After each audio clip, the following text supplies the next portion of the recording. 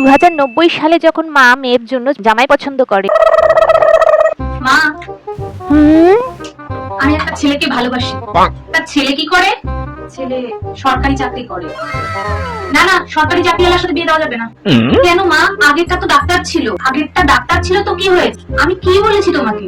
একটা ভালো ঠিকঠাক কাজ করা ছেলে নিয়ে আসতে হবে।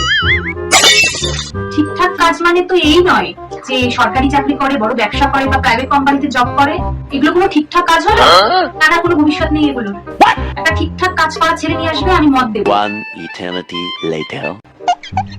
মা, বলে ফেল, আমি সুকুমার নামের একটা ছেলেকে ভালোবাসি।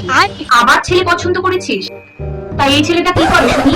ছেলেটা ইউটিউবার।